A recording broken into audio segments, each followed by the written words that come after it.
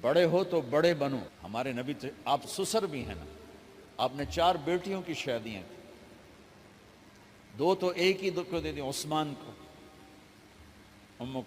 رقیہ اور کلثوم رضی اللہ تعالیٰ عنہما, حضرت عثمان کے نکاح میں. ابو العاص رضی اللہ تعالیٰ عنہ کو زینب, اور سب سے پیاری محبوب بیٹی حضرت علی رضی اللہ تعالیٰ عنہ. باقی 3 نکاح بڑے سادہ کیے. حضرت فاطمہ کا نکاح بڑے دھوم دھام سے کیا. ان کا رشتہ لے کر صدیق آئے, یا رسول اللہ میں خواہش مند ہوں, آپ چپ رہے. پھر حضرت عمر بعد میں گئے, یا رسول اللہ میں خواہش مند ہوں, آپ چپ رہے. تو عبد الرحمن بن عوف رضی اللہ تعالیٰ نے حضرت علی سے کہا, علی تو جا, تجھے دے دیں گے. وہ کہنے کہ میں تو بہت غریب ہوں, مجھے کہاں دیں گے. حضرت علی کا ذاتی گھر بھی نہیں تھا, کسی سے ایک کوٹھا مانگ کے اس میں رہ رہے تھے مدینہ میں. کہا نہیں تو جا جا. تو یہ مسجد میں پہنچے, اللہ کے نبی کو دیکھا تو ایسا روب طاری ہوا کہ بولے ہی کچھ نہیں. اللہ کے نبی کو تو پتہ ہے کہ کیا ہے اور کس لیے ہے. تو آپ نے کہا علی کیسے آئے؟ چپ. کہا لگتا ہے فاطمہ کے رشتے کے لیے آئے ہو؟ جی ہاں. تو آپ نے کہا انشاءاللہ, اتنا کہا انشاءاللہ, اور چپ ہو گئے. تو حضرت علی چپ کر کے اٹھ کے باہر آ گئے. صحابہ باہر کھڑے ہوئے تھے. تو کہنے لگے, یار دیکھا نا, میں تمہیں پہلے ہی کہتا تھا مجھے نہ بھیجو, انکار ہو گیا, بولے ہی کچھ نہیں. تو حضرت عبد الرحمن بن عوف کہنے لگے جنہوں نے بھیجا تھا, وہ کچھ تو کہا ہوگا, کہ بس انشاءاللہ کہا. کہا تو اللہ کے بندے ہاں ہو گئی, نبی کی انشاءاللہ ہاں ہوتی ہے, یہ ہاں کیوں نہیں کی؟ سبحان اللہ, اللہ اکبر, یہ ہاں کیوں نہیں کی؟ گھر گئے, فاطمہ علی کا رشتہ آیا ہے کر دوں, اس لیے ہاں نہیں کی. ہم تو بیٹیوں سے پوچھتے ہی نہیں, عیب سمجھتے ہیں بیٹیوں سے پوچھنا. یہ میں گاں نو بن چھڑیا قلعے نال, ایویں اسی دیاں نو بن چھڑنے قلعے نال. مجھے ایک اپنی مطلب برادری لیول کے ایک خاتون کا فون آیا کہ مولانا پڑھایا مجھے لاہور میں اچھے کالجوں میں, اور میری منگنی کرتے وقت مجھ سے پوچھا ہی نہیں, اور ایک شرابی سے منگنی کر کے مجھے اطلاع دی سی تیری منگنی کر چھڑی ہے, فلانی تاریخ نو تیرا نکاح بھی ہونا ہے. مجھے آج تک گلہ ہے, پوچھ لیتے. اگر نہیں پوچھا تھا چلو میں نہ ساڑھے پنجاب کوئی نہیں پوچھ دے, گاں مجھ دی طرح ٹور چھڑ دین, تو چلو اتنا تو ویکھ لیندے بھی کم از کم شراب تو نہ پیندا ہویا. ایک شرابی نال میرا نکاح کر چھڑ, ساری زندگی اڈیاں رگڑ رگڑ میری گزر گئی. علی جیسا رشتہ آیا ہو تو اوپر سے حکم بھی آ چکا ہو کہ علی کو ہی دینا ہے, تو پھر آپ فاطمہ سے پوچھیں, فاطمہ تیرا رشتہ آیا ہے علی کا, کر دوں؟ حضرت فاطمہ نے ہاں کی تو پھر مسجد تشریف لائے. یہ آپ کو معاشرت سکھائی جا رہی کہ بیٹیوں سے بھی پوچھو, زندگی انہوں نے گزارنی ہے, تم نے تو نہیں گزارنی. بس میری غیرت دا سوال ہے, میں اتنا ہی کرنا, نہیں تو بیٹھی رہے. میری اپنی فیملی میں اتنی عورتیں بوڑھی ہو کے قبروں میں چلی گئیں, بس اتنا ہی کرنا, نہیں کرنا تو بیٹھی رہے. وہ بیٹھی رہ گئیں. یہ ظلم و ستم ہے جو تمہاری عدالت میں بھی نہیں آتا, کوئی کیس بھی نہیں ہوتا, لیکن اللہ کی عدالت میں کیس درج ہو چکا ہے کہ میرے نبی نے علی جیسے داماد کے لیے بھی پہلے پوچھا, حالانکہ اوپر سے اشارہ ہو چکا ہے. ابھی بتاتا ہوں میں. فاطمہ بیٹی علی کا رشتہ ہے, کر دوں؟ انہوں نے کہا کر دیں. پھر کہا بلاؤ. پھر علی آئے, کہ علی جمع کرو لوگوں کو. مسجد ساری بھر گئی. تو آپ ممبر پر تشریف فرما ہوئے. حضرت علی کو ایسے سامنے بٹھایا, کہا لوگوں مجھے جبریل اللہ کی طرف سے پیغام دینے آئے ہیں کہ میں اپنی بیٹی فاطمہ کا نکاح علی کے ساتھ کر دوں. آسمان سے وحی بھی آئی ہو اور پھر بھی پوچھا جائے, یہ میرے نبی کی معاشرت ہے. ہم تو پوچھنا عیب سمجھتے اور اسے ذلت سمجھتے ہیں.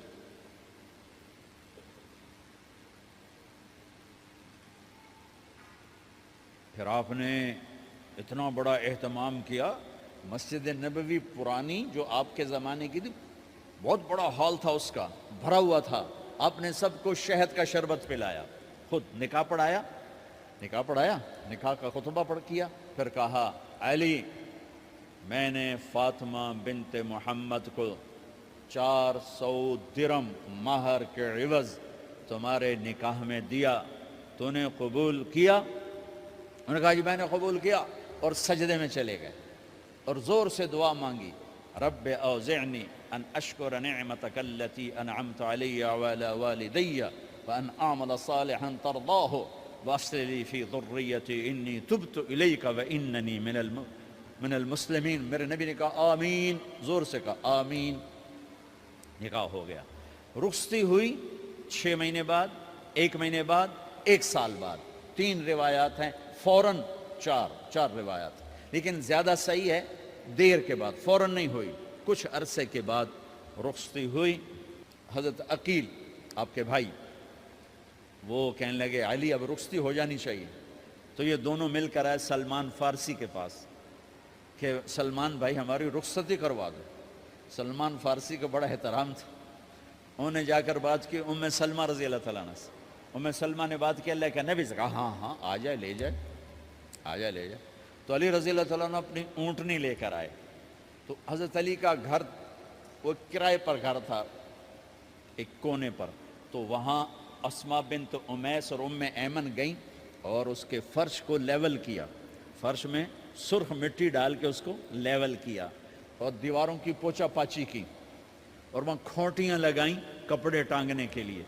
آپ نے حضرت عائشہ اور حضرت ام حبیبہ، حضرت ام سلمہ سے فرمایا تمہیں پتہ ہے نا مجھے فاطمہ سے کتنا پیار ہے، اسے دلہن بناؤ۔ دلہن بنانا بھی سنت ہے، دلہن بناؤ، اسے دلہن بناؤ، تو آپ کو دلہن بنایا گیا۔ پھر علی رضی اللہ تعالیٰ عنہ تشریف لائے سلمان فارسی اور عقیل کے ساتھ، اونٹنی کو دروازے پر بٹھایا، تو آپ نے علی کا ہاتھ پکڑا، اندر تشریف لے گئے اور فاطمہ کا ہاتھ پکڑ کے علی کے ہاتھ میں دیا اور کہا بیٹی مجھے اپنے خاندان میں جو سب سے زیادہ محبوب تھا میں نے تیرا ہاتھ اس کے ہاتھ میں دیا ہے۔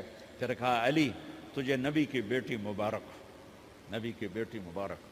پھر آپ نے سے پیالے میں پانی منگوایا اور اس میں آخری 2 سورتیں پڑھ کے دم بھی کیا، تھوک بھی ڈالا، پھر اس میں سے انگلیاں ڈال کے ان کے سینے پر چھڑکا کہ دونوں پی لو، دونوں کو پلایا۔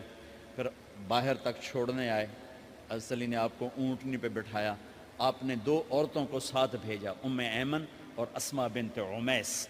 یہ چھوٹی سی بارات جا کر علی کے گھر اتری اور آپ نے حضرت علی سے فرمایا کہ میں عشاء پڑھ کے آؤں گا، میرا انتظار کرنا ہے۔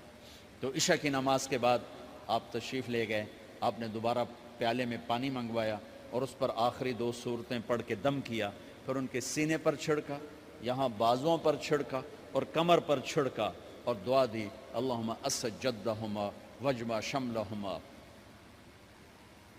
وبارک علیہما واخرج منہما ذریۃ صالحہ۔ یہ دعا دی آپ نے اس وقت کہ میرے مالک ان کے جمع ہونے میں برکت عطا فرما اور ان کو سعادتیں عطا فرما اور ان کو نیک اولاد عطا فرما۔ یوں میرے نبی نے اپنی بیٹی کو رخصت فرمایا۔ اگلے دن آپ نے حضرت علی کو بلا کے فرمایا علی ولیمہ بھی کرنا ہے۔ کہنے لگے یا رسول اللہ میرے پاس تو کچھ نہیں۔ تو آپ نے کہا، تو سعد بن ابی وقاص کہنے لگے یا رسول اللہ میرے پاس ایک چھترا کھڑا ہے، چھترا لاؤ، ذبح کیا گیا۔ آپ نے اس میں چھوارے ڈلوائے، قورمہ بنوایا، قورمہ، اور اپنی طرف سے حضرت علی کو پیسے دیے کہ جاؤ چھوارے، گھی، شہد خرید کے لاؤ۔ تو علی رضی اللہ تعالیٰ نے 5 درم کے چھوارے خریدے اور 3 درم کا شہد خریدا اور 1 درم کا گھی خریدا، 9 درم تھے ٹوٹل۔ تو آپ نے کافی سارا آ گیا تو چھواروں کی گٹھلیاں نکلوا کے ان کو پسوایا، پھر شہد اور گھی میں ملایا اور ایک سویٹ ڈش تیار کی اور اس کو حضرت علی کے ولیمے میں آپ نے اپنی طرف سے پیش کیا۔ تو اس دن تازہ روٹی جو کی پکائی گئی اور دیگ پر میرے نبی خود بیٹھے کھانا کھلانے، تقسیم کرنے، خود بیٹھے۔ اب ایک چھترا ہے، 13-14 کلو گوشت ہے، 15 کلو، تو 50 آدمی کھا لیں گے۔ آپ نے کہا سارے مدینے کو دعوت ہے، سارے مدینے والے جتنے بھی آئے، اور میرے نبی خود دیگ سے نکال کے کھلاتے رہے سارا مدینہ ولیمہ فاطمہ کا کھا گیا اور دیگ بھری پڑی تھی۔ تو ولیمے میں تکلف جائز ہے، سادگی بھی جائز ہے، سادگی بھی سنت ہے، تکلف بھی سنت ہے۔ ہاں جو ہماری خرافات ہیں، فضولیات ہیں، یہ تباہ کن ہیں، ان سے بچنا بڑا ضروری ہے۔ اور بھائیو، کسی کی شادی ہو، اس بچے کی ہو رہی ہے، یہ افسر ہے، ایک ریڑھی والے کی ہو، کسی بھی گھر کی آبادی کا ایک ہی سبب ہے، وہ میٹھا بول ہے، وہ اچھا سلوک ہے۔ جس کی بیٹی کو لے جا رہے ہو اسے عزت دینا، اور یہ جو جا رہی ہے یہ ان کو اپنا ماں باپ سمجھے، اپنے خامند کے ماں باپ کو اپنے ماں باپ سمجھے۔ جاتے ہی لکیریں لگانا نہ شروع کر دے، میں انہوں وکھرا کرتے انہوں ایدے کرتے انہوں ایدے کر۔ وہ اپنے گھر کا ایک فرد بن کے زندگی گزاریں۔ جو لے کے جا رہے ہیں ان کے ذمہ ہے کہ اس کو بیٹی بنا کے لے جائیں۔ سسرال جو ہوتے ہیں وہ ہمیشہ عیب دیکھتے ہیں، خوبیاں انہیں نظر ہی نہیں آتی۔ تو کھٹ بٹ تو ہوتی رہتی ہے، کوئی ایسی بڑی بات نہیں، کھٹ بٹ کو صلح میں بدلو، مزید چڑھائی جھگڑا نہ بڑھاؤ۔ میرے نبی حضرت فاطمہ کے گھر آئے، دیکھا تو آپ اداس بیٹھی۔ آپ نے کہا فاطمہ بیٹی کیا ہوا؟ کہ میرا اور علی کا جھگڑا ہو گیا۔ اچھا؟ خود گئے بیٹی کے باپ ہو کر، دیکھا تو حضرت علی مسجد میں سوئے ہوئے تھے۔ آپ نے ان کو اٹھایا، کہا یا ابا تراب قم، آپ کو یہ ٹائٹل یہاں ملا، اے ابو تراب۔ فرمایا کرتے تھے کل کائنات ملتی تو اتنی خوشی نہ ہوتی جتنا اس ٹائٹل کی خوشی ہے۔ ابو تراب کہنے کا کیا مطلب تھا؟ کہ اظہار محبت کے لیے ایسے ٹائٹل دیے جاتے تھے۔ تو ابو تراب کہہ کر یہ میسج دیا کہ میاں بیوی کی لڑائی ہوتی رہتی ہے، میں تجھ سے ویسے ہی محبت کرتا ہوں جیسے پہلے کرتا تھا، یہ میسج دیا اس نے۔ اب حضرت علی کو لائے اٹھا کر اور گھر میں تشریف لائے، نہ علی کی سنی نہ فاطمہ کی سنی۔ ہاں بھئی علی کی مسئلہ ہے، ہمیں فاطمہ کیا مسئلہ ہے؟ یہ مسئلے سن سن کے بھی زیادہ لڑائی ہو جاتی، صلح کراون علی بھی آپ ہو دو چار لتر مار کے آ جاندے۔ تو میرے نبی نے کیا کیا؟ سبحان اللہ، زمین پر لیٹ گئے، ادھر علی کو لٹایا، ادھر فاطمہ کو لٹایا، علی کا ہاتھ اپنی ناف پہ رکھا، فاطمہ کا ہاتھ ان کے ہاتھ پہ رکھا، اور بیٹی کے ہاتھ پر اپنا ہاتھ رکھا۔ پھر فرمایا کہو ہماری صلح ہو گئی۔ علی کہو، فاطمہ کہو۔ دونوں نے کہا ہماری صلح ہو گئی۔ آپ اٹھے، خوش خوش باہر آئے، چہرہ ایسے گلاب کے پھول کی طرح۔ صحابہ نے عرض کی یا رسول اللہ آج آپ بڑے خوش نظر آ رہے ہیں۔ فرمایا علی و فاطمہ کی صلح کرا کے آ رہا ہو۔ تو کھٹ بٹ ہو جانا تو کوئی بڑی بات نہیں ہے، مطلب یہ وہ گھر ہے، میں اس گھر کی کیا تعریف کر سکتا ہوں۔ تو میں آگے کا ایک قول سنا دیتا ہوں ابن عباس کا، کہ جنت میں نور کی چمک اٹھے گی، سارے جنتی کہیں گے یہ نور کیسا نور ہے بھائی جو ساری جنت کے نور پر چھا گیا؟ تو فرشتے بتائیں گے کہ او جنت الفردوس میں علی و فاطمہ بیٹھے ہیں، کسی بات پہ ہنسے ہیں، ان کے دانتوں سے جو نور نکلا ہے اس نے جنت کو روشن کر دیا۔ لیکن کھٹ پٹ یہاں بھی ہو گئی، ان سے بڑا گھر میرے نبی کا ہے، وہاں بھی کھٹ پٹ۔